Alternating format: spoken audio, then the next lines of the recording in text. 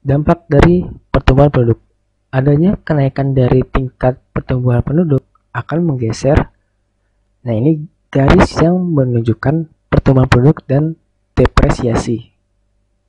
Nah, status stabil yang baru mempunyai tingkat capital per waktu yang rendah daripada yang steady state yang awal. Nah, Solow model ini memprediksi bahwa ekonomi dengan tingkat populasi yang tinggi akan mempunyai tingkat kapital per pekerja yang rendah dan income yang rendah pula gitu.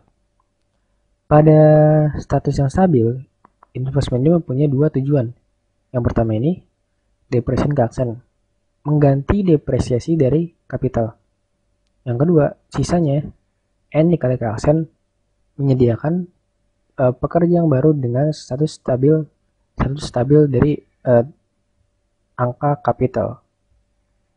Jadi ada dua nih, yaitu mengganti, yang kedua itu menyediakan gitu. Jadi beberapa itu akan diganti dan sisanya itu akan disediakan dengan yang baru. Nah, di sini juga dijelaskan kalau pertumbuhan dari tingkat pertumbuhan penduduk dari N1 ke N2 mengurangi capital stock yang steady state atau status yang stabil dari keaksen 1 ke keaksen 2. Nah, ini kurvanya. Kalau kita lihat, karena ada pertumbuhan dari penduduk nih, keaksen 1 akan berturun ke keaksen 2. Yang dimana investmentnya ini akan lebih tinggi daripada depresiasi. Gitu. Pada jangka panjang, tabungan ekonomi menunjukkan besarnya capital dan pendapatan dan output. Nah, semakin tinggi tingkat tabungannya, semakin tinggi pula tingkat capitalnya. Dan juga semakin tinggi pula tingkat dari level dari output. Nah, adanya kenaikan dari tingkat tabungan menyebabkan adanya kenaikan dari pertumbuhan. Tetapi akhirnya juga pertumbuhannya akan melambat. Sebagaimana steady state atau satu stabil yang baru ini akan dicapai gitu. Technological progress. Nah, di Solow model ini tidak menjelaskan technological progress, tetapi lebih kepada bagaimana mereka itu berinteraksi dengan variabel yang lain di proses pertumbuhan ekonomi. Untuk menggabungkan technological progress, fungsi produksi ini akan berubah sebagaimana Y sama dengan F dikali K. Nah, L dikali E. Nah, pada L kali E ini menghitung dari jumlah pekerja. Nah, di sini juga akan menghitung bagaimana jumlah pekerja L dan efisiensi dari setiap pekerja. Nah, ini melambangkan bahwa total output Y ini bergantung pada capital dan pekerja, yaitu L dikali E. Nah, nilai dari model ini menunjukkan bahwa peningkatan dari E atau efisiensi itu sejalan dengan peningkatan dari jumlah pekerja. Nah, dengan kata lain, satu pekerja ini itu atau lebih dari dua kalinya, kalau dia itu dua kali produktif, harusnya itu pekerja ini lebih dua kali produktif dari yang biasanya, bisa dikirakan kalau sebagai dua pekerja gitu. Jadi misalkan satu pekerja ini sebelum ini efektif untuk 20 produk gitu. Sedangkan kalau dua pekerja ini 40 produk gitu. Nah, terus kalau kita dengan kata lain ini maksudnya di sini maksudnya itu satu pekerja ini bisa menghasilkan 40 biasanya gitu. Nah, L dikali E ini mengkali duakan atau menggandakan dan manfaat ekonomi ini dari peningkatan produksi barang dan jasa.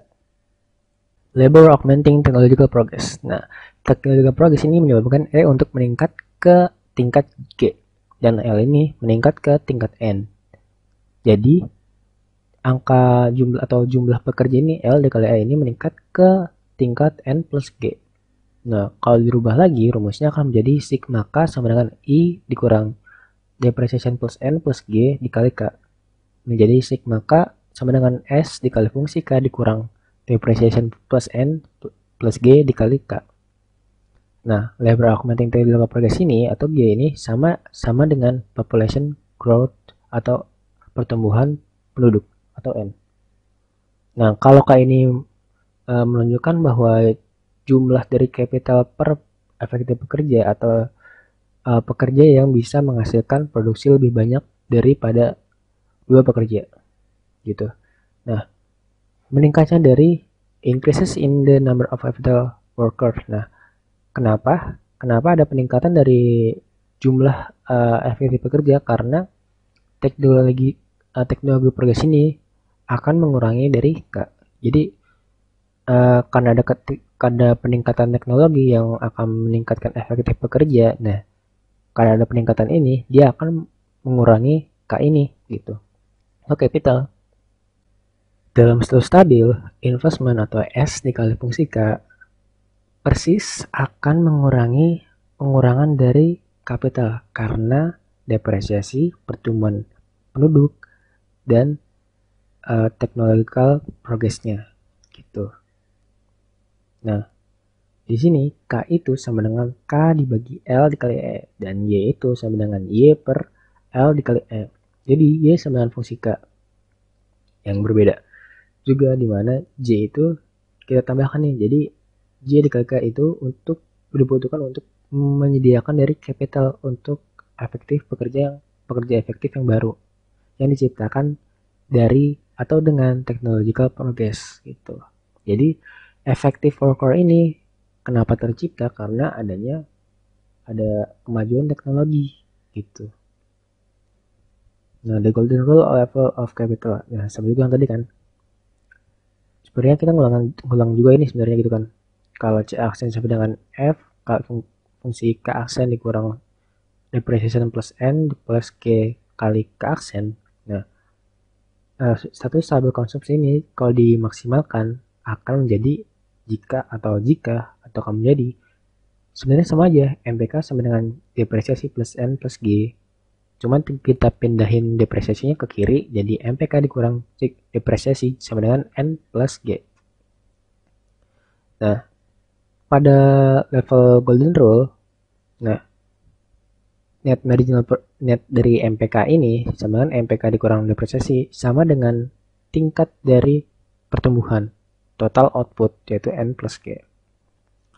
Nah, karena ekonomi sebenarnya merasakan keduanya atau population growth dan technological progress, kita harus menggunakan kriteria untuk mengevaluasi di mana mereka mempunyai lebih atau kurang dari capital daripada mereka harus berada pada golden rule steady state.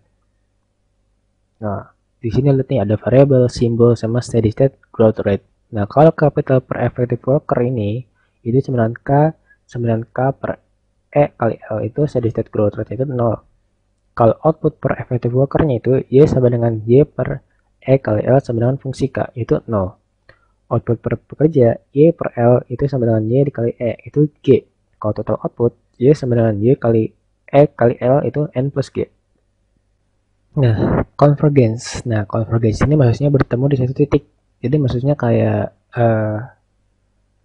kalau yang negara berkembang ini bisa memungkinkan untuk pendapatannya per kapitanya ini bisa bertemu atau ya dari segi pembangunan sebagaimana itu akan menyamai dengan negara maju gitu. Nah, di Solo Medley menjelaskan kalau jika konvergensi ini gak ada atau tidak ada, nah negara yang miskin ini akan tetap miskin. Nah, Solo model itu memperkirakan kapan konvergensi ini terjadi. Nah, berarah pada model antara dua ekonomi ini, antara dua ekonomi itu dua negara atau beberapa negara akan convergence atau bertemu di satu titik tergantung bagaimana mereka berbeda di satu tempat atau di awal mana mereka dibedakan. Maksudnya itu kayak saving rate-nya, population growth rate-nya, dan human capital akumulasinya. Nah, kalau perbedaan dari income-nya itu akan menghasilkan antara keduanya bisa faktor produksi dan efisiensi. Jadi konvergensi ini lebih kepada ya titik temu gitu. Jadi bisa kayak Indonesia itu tahun 2020 pendapatannya pernah eh, sangat tinggi. Kalau nggak salah ya, kalau nggak salah, saya pernah dengar kalau Indonesia pendapatannya itu pernah tinggi sekali di tingkat pertama. Nah itu kan kita itu negara berkembang, bisa menyamai dengan negara-negara maju. Nah itu mungkin konvergen. Capital akumulasi dan produktivitas. Perubahan di public saving dan atau private saving akan berpengaruh ke tingkat tabungan dan capital akumulasi. Nah, kalau public saving ini membedakan antara pendapatan pemerintah yang dari pajak dikurang pengeluaran. Nah, kalau pengeluaran lebih dari pendapatan itu defisit, kalau pengeluaran lebih kurang dari pendapatan itu surplus.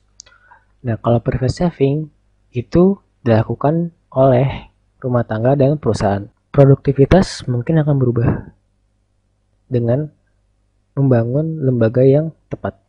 Nah, negara mungkin akan mempunyai produktivitas level yang berbeda karena mereka mempunyai lembaga yang berbeda pula, yang dimana itu lembaga ini mengelola sumber dayanya dengan tepat gitu loh.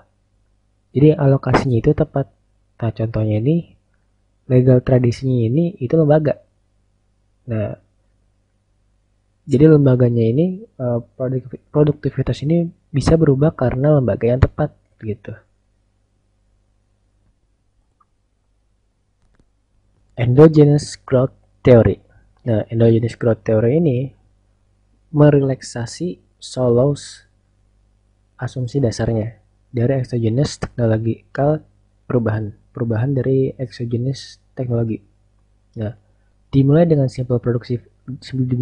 fungsi produksi yang simple yaitu Y sama dengan A dikali K, yaitu output, K itu capital stock, A itu konstan yang diukur dengan jumlah output yang diproduksi setiap unit untuk capital. Di sini tidak ada diminishing return to capital. Nah, satu tambahan unit dari capital memproduksi A extra atau constant measuring, yang kita tahu itu dari output. Nah, bagaimanapun berapa banyak capital di sana. Nah, kalau capital akumulasinya itu sigma K sama dengan S dikali Y dikurang depreciation K. Nah, menjadi sigma Y per Y sama dengan sigma K per K sama dengan S dikali A dikurang depresiasi. Nah, ini kita membandingkan dari pertumbuhan. Kalau dari endogenous growth model, tingkat pertumbuhan output ini sigma Y per Y itu bisa diganti dengan sigma Y per Y sama dengan sigma K per K sama dengan S dikali K dikurang depresiasi. Nah, sebagaimana selama mungkin sigma A itu lebih daripada depresiasi, pendapatan ekonomi akan meningkat selamanya, bahkan tanpa adanya asumsi dari exogenous technological progress-nya. Gimana kalau kita mau compare atau membandingkan dua modelnya? Kalau dari solo model, tabungan mengarah ke pertumbuhannya sementara, tetapi diminishing return to capital akhirnya akan memaksa ekonomi untuk ke steady state atau status stabilnya, di mana pertumbuhan bergantung pada exogenous technological progress-nya.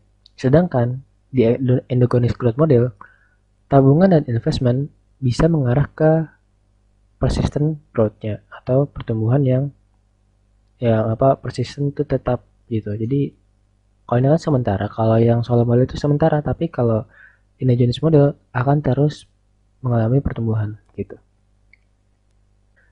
Sekian dan terima kasih atas penjelasan hari ini dan terima kasih telah menonton video ini. Maaf bila ada salah, maaf bila ada salah kata, maaf bila salah pengertian dan penjelasan. Semoga pembelajaran hari ini bisa bermanfaat bagi aku dan kalian semua. Terima kasih. Wassalamualaikum warahmatullahi wabarakatuh.